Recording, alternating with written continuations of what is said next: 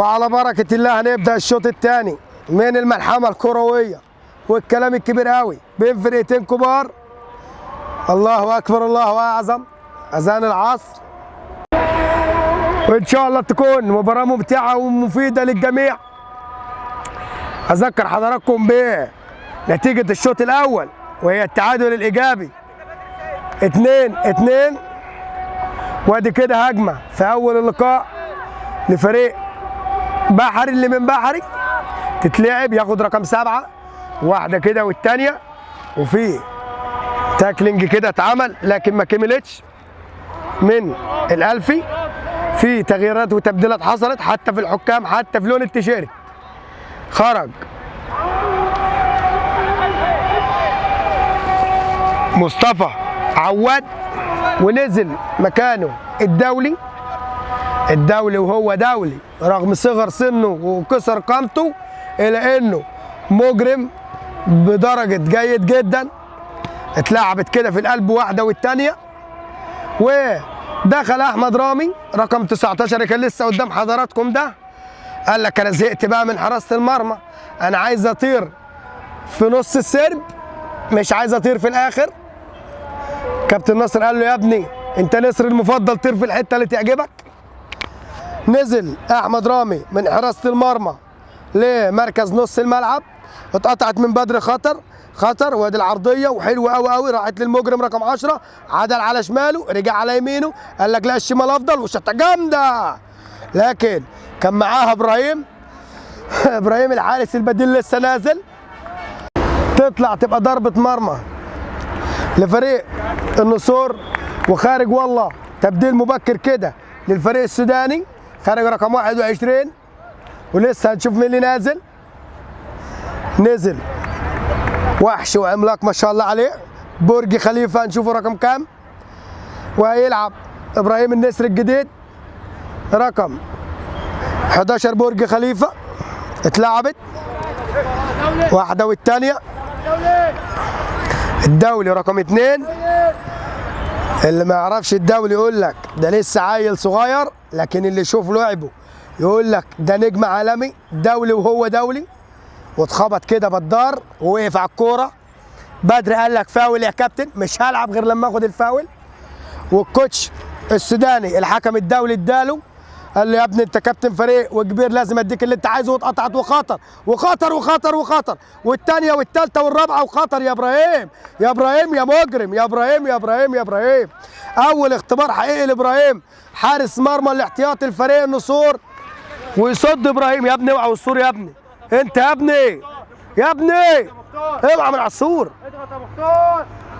اتلعبت والراجل كان وقعنا كده من على المنصه من فوق، لكن الف سلامه يا كابتن خالد، ما يقع الله الشاطر. اتلعبت واحده والثانيه، وابو الشوق بقى اول كره تجيله في الشوط الثاني، قال له اوعى يا ابني انا محروم ليا كام دقيقه من الكوره، ودي مش من عوايدي. مدمن كوره ابراهيم، مدمن كوره شوقي، عالجناه في اكتر من مصحه، لكن قالوا لك مفيش فايده. الراجل ده لازم كل يوم يجيب له 5 6 اهداف علشان يتعافى وجسمه يبقى كويس.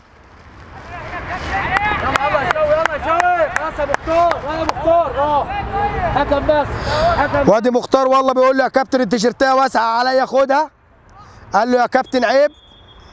والحكم السوداني كده بيطلع كروته والله وبيدور هيدي كارت ايه، ده تحذير شفهي ولا فيها كارت. رايح لبكار واداله الاصفر. قال لك كابتن ناصر ايه بقى، هتدي انذار عندي، هدي انذار عندك، مفيش حد احسن من حد، وتتلعب الضربه الحره. وفالفيرت بيلعب. فالفيرت الشوط الاول كانت عنده مشكله كده في الحذاء من كتر اللعب الخماسي اتهرى يا عيني. وادي العرضيه، وابراهيم بيطلع خروج خاطئ يا ايمه، لكن ستر ربنا تطلع لبره الكوره. واحده والثانيه، وهنشوف فالفيرت هيعمل ايه بعد ما جاب حذاء جديد، اكيد هيكمل بيه في الخماسي. اتلعبت والراجل وسط الاثنين، الراجل ده مجرم. اتلعبت وبيلعبها كده بالعرض، ما مليش صرفه، هيعمل العرضيه ولا ايه، لكن يدخل الدولي ويجبره يرجع لورا. الله عليك يا دولي وهو دولي. تتلعب للمجرم رقم 10 واحده كده والتانيه وتتقطع وهتعدي والثرو حلوه قوي قوي قوي الموقه. يلا يا موقه لكن ما تكملش. مصطفى مختار اتلعبت حلوه قوي لكن احمد رامي تتقطع منه، وفي النص كده الراجل يقطعها في فاول. فاول وفاهم جامله بقى، هي باينه قوي باينه قوي للفريق السوداني. وادي كده الضربه الحره للفريق السوداني. اتلعبت قصيره. وادي شوقي عنده مشكله في الحذاء. المال الحرام ما بيدومش يا شوقي، اكمنك واخده رغم عن صاحبه وقال لك اللي يقدر يخرجني يفرجني. ونزل الملعب قلع الحذاء. شوقي بيلعب حافي ولسه مش عارفين شوقي هيعمل ايه. ودربكه كده واحده والثانيه.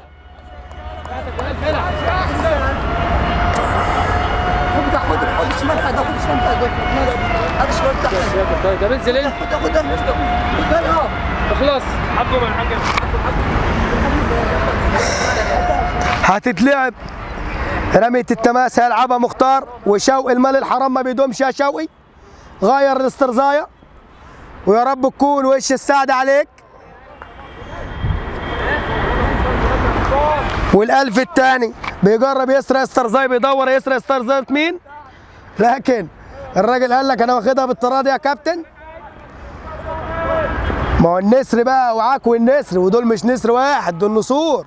اتلعبت ورا كده خط الدفاع وفي الفيرتي راجع بيجري ويصلح غلطه. يا خبر ابيض ياض ياض ياض ياض ياض ياض ياض ياض. جول جول جول جول جول جول جول جول للراجل رقم 2. هدف ولا اجمل ولا اروع.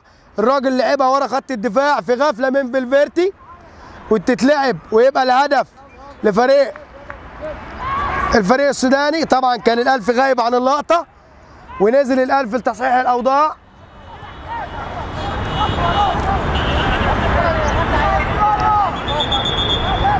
في والله تغيير ثاني للفريق السوداني. ما شاء الله الجاليه السودانيه كبيره بعدد لا يستهان به. مشرفينا منورينا على ارض مصر الحبيبه. وهيلعب بكار لعبها ورا واحده كده والثانيه وحلو الكلام دوت للسيد. يلا يا دولي لسه ما شفناش منك حاجه. وادي بدار بيلعب على رامي. رامي حلو قوي الكلام ده تغيير الملعب. يلا يا موخه. مختار طول فيها لكن لعبها في الاخر لابو الشوق. يلا يا ابو الشوق. لكن المال الحرام ما بيدومش يا شاوي. طول ما انت لابس استرز مش استرزك مش هتجيب اهداف. الكلام ده يا ابني انا بقوله لك وجها لوجه. اتلعبت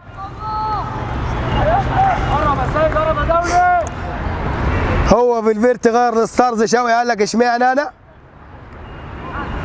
طب يا ابني هو ستارز مقطوع من اللعب الخماسي. طب وانت؟ قال لك ماليش دعوه يا كابتن انا عايز ستارز جديد يا كده مش هلعب. قلنا له بصراحه النادي ما عندوش امكانيه يجيب ستارز جديد. اسرق لك واحد، ده الشعار الجديد. اسرق قبل ما تتسرق. اتلعبت راحت لرقم 10 الساحر. ونستنى اما القطر يعدي.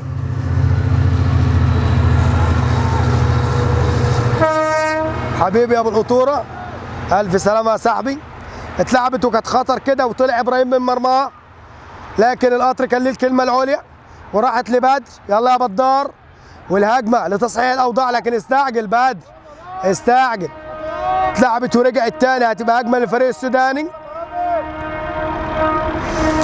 ورا فالفيرتي. يا فالفيرتي اتعلم من خطأك يا ابني. اتلعبت عرضيه وابراهيم حلاوتك يا هيما. ابراهيم بيقع في اي اتجاه المهم انا همسك كورتي. بيكتسب ابراهيم الثقه طبعا واحده واحده.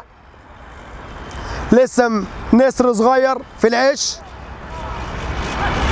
لكن مصيره يبقى نسر كبير من نسور الكابتن ناصر. اتلعبت وادي فالفيرتي بيطلع الكرة كده عند الراجل عند الراجل اللي بيقبض في العمود دوت. اتلعبت ما فيهاش اوف سايد. وادي العرضيه ولا فالفيرتي. فالفيرتي بيقول كلمته يقول لك انا هنا يا ابن الحلال.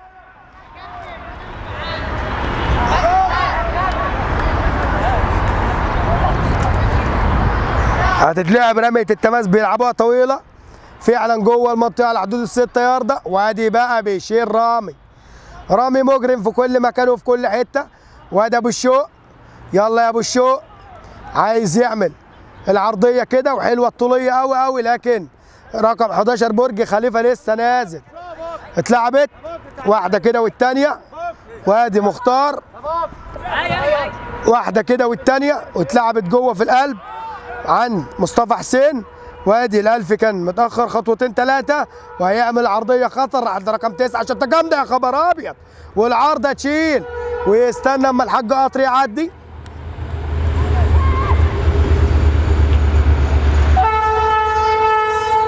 حبيبي يا ابو القطوره، بالف سلامه يا صاحبي. ونرجع للهجمه السودانيه او السمسميه زي ما انت عايز تقول قول. واتلعبت وراحت لموخه. يلا يا مختار، حلو قوي قوي لابو الشوق، لكن يا شوقي يبقى تف على وشي لو جبت جوان تاني يا ابني. مش هتجيب جوان طالما بتقبل، حرام. واتلعبت وادي الفاول، لكن قال لك ما فيهاش حاجه. وادي الهجمه وراحت لمين؟ للمجرم، ووقع الحكم قال لك ما فيهاش حاجه. الحكم بعيد عن الكوره ب9 سنين ضوئيه، وقال لك ما فيهاش اي حاجه. اتلعبت طبعا، شايفين التحيز الغير طبيعي. الكابتن ناصر كان بيحكم بعداله اكتر من كده. واتلعبت وراحت للساحل رقم 10. المال الحرام ما بيدومش، طلعت بره. رمي التماس. وادي سيد السيد بدأ يتكلم عن التحكيم. وادي سيد ودخل عليه الساحر السوداني.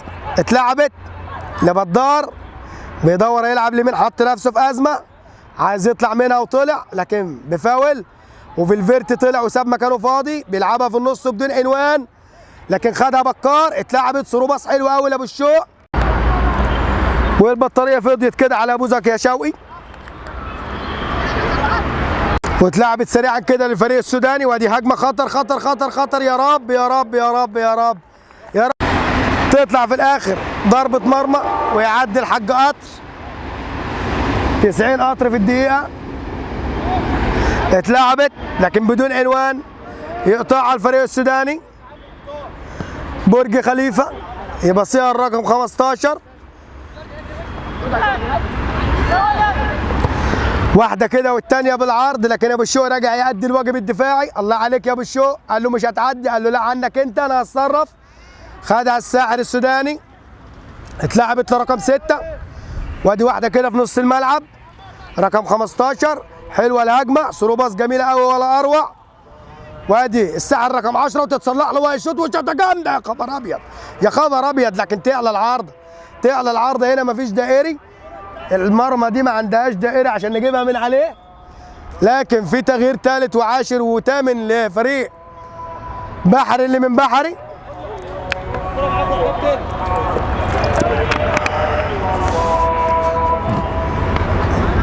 وكل التحيه والتقدير للجمهور اللي جاي يسمعني، منورين الدنيا يا رجاله. هنحاول نجيب الرجاله الجمهور بتاعنا دول كده اهمت. الف تحيه الرجاله المحترمه. وادي كمان راجل جاي مطلع لسانه. يا ابني ما بيطلعش لسانه غير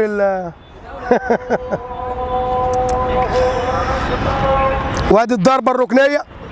لا والله ضربه مرمى، هيلعبها فريق النسور. وادي الكابتن الحكم الدولي بيفهم بكري بقى، بيقول له مش كل كره يا سيد تعتذر، مش كل كره تعترض، ما تصدعش دماغ اللي في لكم. وفي والله تمرين بعدينا الساعه 3 في ماتش. علي صوتك. اتلعبت وادي كده زقه من الحاوي، لكن عداها وخرج الساحر رقم 10 من الفريق السوداني عشان يريح دفاعات فريق النسور. وفي والله مباراة على الملعب دوت، المباراة القادمة ملعب ايه؟ مجاهد. ملعب مجاهد نصار على زي ما بيقولوا، بين أكاديمية دايموند وأكاديمية توينز. هيكون ماتش ممتع جدا. أشبال القارة الأفريقية وأشبال المنتخب المصري هيلعبوا مباراة بعد اللقاء دوت مباشرة. واتلعبت وادي كده بكار وسط 3، لكن مين يا بكر؟ ده برج واثنين وثلاثة يا حبيبي. ودي شوطة كده من فين؟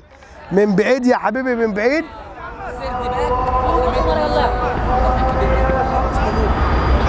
اسمه ايه؟ وهيلعبها الألفي من فريق النسور. يلا مختار بقى مختار. وادي موخة كده كان عايز يعديها لكن ما تعديش. وادي كده هجمة واضغط يا بكار، اضغط يا بكار، بكار ما يضغطش، كان مستني رشيدة معاه لكن ما جاتش واتلعبت واحدة كده والتانية، واللقاء بيشرف على نهايته. وادي الحاوي، يلا يا حاوي، وادي تاكلينج كده ويخش تاني الألفي المجرم، لكن يقطع برج خليفة وتعدي وسروباس ورا الألفي في ظهره، واتلعبت السروباس التانية وفيها تسلل. صح يا حكم، صح صح صح، اوف سايد. وادي كده بيلعب فريق النسور. طبعا الكلام ده بيفكرنا بالنجم لوما، سيرد باك فريق التوينز، نجم كبير قوي يا لوما. طبعا لازم نحيي جمهورنا ونقول لهم اللي هم عايزينه. اتلعب السروباس حلو ولا بالشو يلا، لكن قال لك ارجع تاني، قال لك رجع لي الكرة هنا. الراجل واقف ازاي اصلا؟ لا شغله الماتش ولا شغله النتيجة.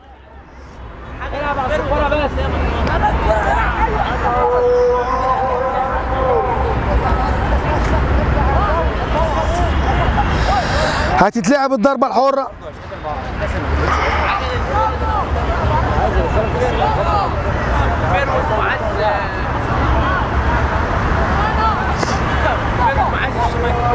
وعايز ايه؟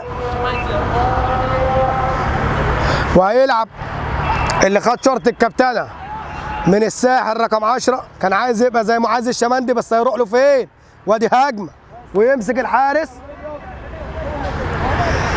يمسك ابراهيم.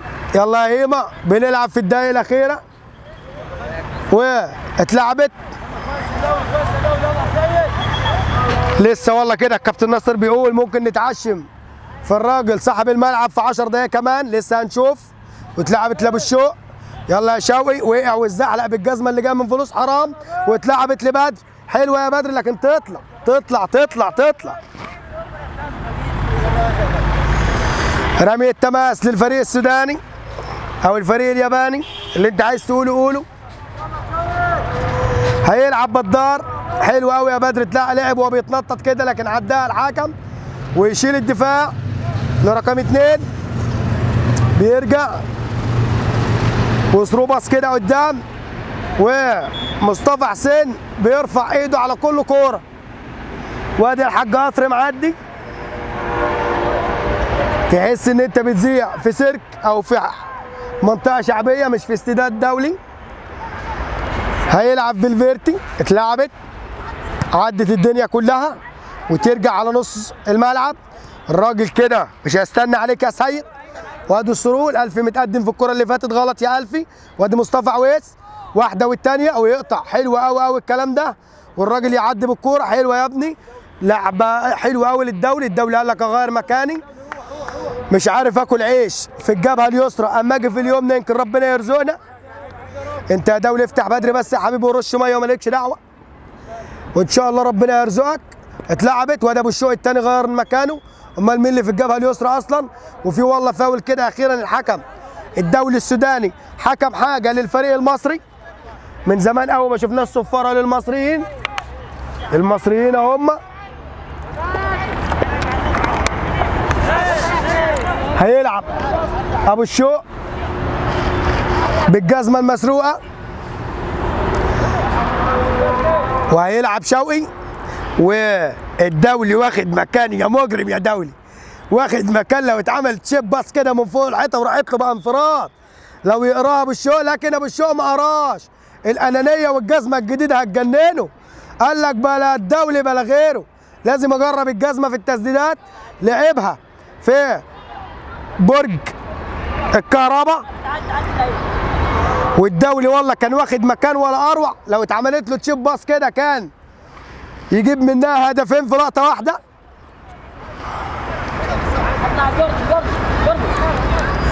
ضربه مرمى للفريق السوداني، اتلعبت كده في القلب، تعدي واحده والثانيه. الراجل بيلعب للراجل واقف بره، او كلهم سودانيين مش هتفرق. والكابتن ناصر واقف على الخط لا يهدأ. مهنة الاحتراق والبحث عن المتاعب. وطلعت كده رمية تماس للفريق المصري. فكرة ان فريق النسور يتسمى بالنسور متاخده من علم مصر والنسر اللي على علم مصر. الكابتن ناصر قال لهم انا نسر واحد ما يكفيش، انا هخليكم كلكم نسور، وسماهم فريق النسور. اتلعبت حلوه قوي من السيد للدولي، يلا يا دولي، لكن يطلع الحارس. اتألق الشوط الثاني حارس مرمى فريق السودان.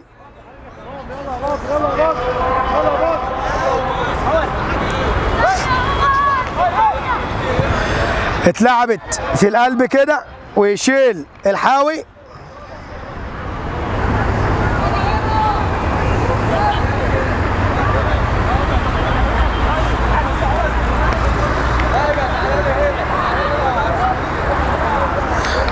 وفي والله خناقه في الشارع كده مالناش دعوه بيها. واتلعبت صروباص هتطلع، طلعت لا والله لسه.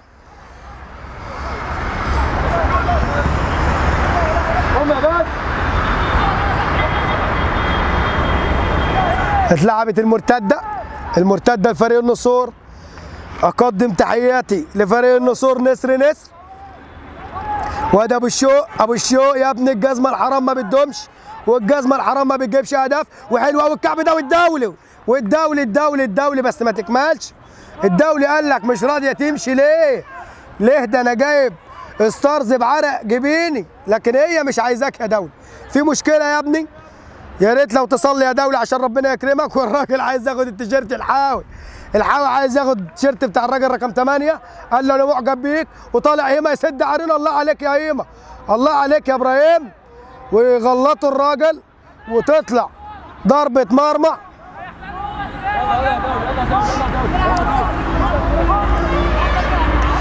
عجبني ابراهيم، خامة حارس كبير لكن محتاج يشتغلوا عليه شوية. هي الكرة جول ولا ايه مش عارفين. هي الشبكة مقطوعة ولا ايه لسه هنشوف. طلعت تسلل على الفريق السوداني، ويلعب في الفيرت بسرعه على الكابتن نصري مد ايده عليه. اتلعبت، يلا يا الفي انطلاقه من انطلاقاتك. وبيلعب للحاوي. الحاوي بيوزع ولا اروع لابو الشوق. بس انا عارف يا شوقي ان انت مش هتعمل حاجه. انا من رايي ترجع جزمتك يا ابني تاني. والحارس بيضيع شويه الوقت اللي احنا هنلعبهم بفلوس يا ابني. الكلام اللي انت بتعمله دوت. اتلعبت بسرعه وسيد سيد الموقف. حلو قوي الباص في الحته الضيقه دي. يلا يا بكار فرصتك يا بكار. والراجل شاط رجله، الراجل شاط. ده فيها احمر يا راجل، ده فيها احمر دي. لكن الكابتن الحكم السوداني قال لك وهتتلعب الضربه الحره وخطر وتعلى العارضه لكن وتتلعب ضربه المرمى. ويستلم وحش الدفاع القاطره البشريه في الفيرتي. وبكار بيوزع بالراس كده وحلوه للدولي. يلا يا دولي لكن بيغمزها كده بسن الجزمه وتخبط في برج خليفه رقم 15. وادي كده العرضيه والدخان والغمامه السوداء والخطر على صدور اولادنا. لكن ده طبعا طبيعي في ملاعبنا عشان الولاد عندنا بتدخن من سن الثانيه 10. وادي العرضيه لكن يشيل رقم 15، يشيل واحده والثانيه. وده الراجل اتزق في ظهره الالفي. صح يا حكم.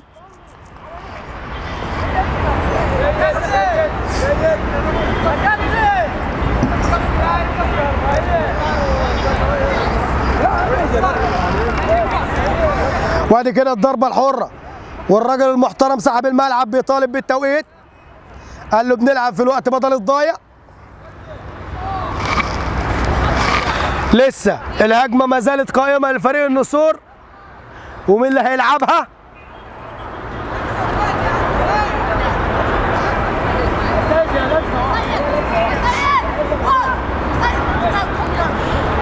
وهيلعب سيد السيد. ويا ترى يكون هو سيد اللعبه ولا ايه؟ هنشوف.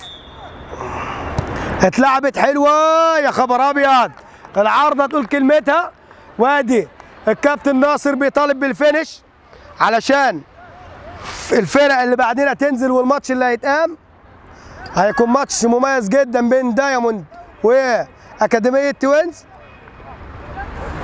اتلعبت للراجل رقم 8، واحده كده والثانيه في نص الملعب. لسه الهجمه خطر خطر خطر، لكن يمسك ابراهيم يطلع ويمسك. وبنلعب في اللمسه الاخيره، والحكم السوداني ما هوش معانا خالص. الوقت انتهى وهو ما هوش هنا. وادي الهجمه الخطر. طبعا الكابتن نصر فرحان بالكلام ده، لكن يمسك الحارس. والكابتن السوداني يا رب يبص لنا عشان نقول له ان الوقت انتهى، وحط صفارته ببقه، وهيدينا دلوقتي زماره بانتهاء الشوط الثاني. لكن والله لسه ما زمرش. واحده كده والثانيه يا بدار لرقم 8. بدر قال لك سيبوني انا عايز اجيب جون، وحلوه السروله بالشوق. واحده والثانيه وتطلع. وادي كده والله الحكم الدولي بيقول ضربه مرمى. الراجل بيعترض، ما بيعترضش يا كابتن، ده بيقول لك الوقت انتهى. قال له لا على النعمه لا اديك انذار، انا ما عنديش سهاري هنا، ما تفتحش بقك يا كابتن مصر يا كابتن السودان.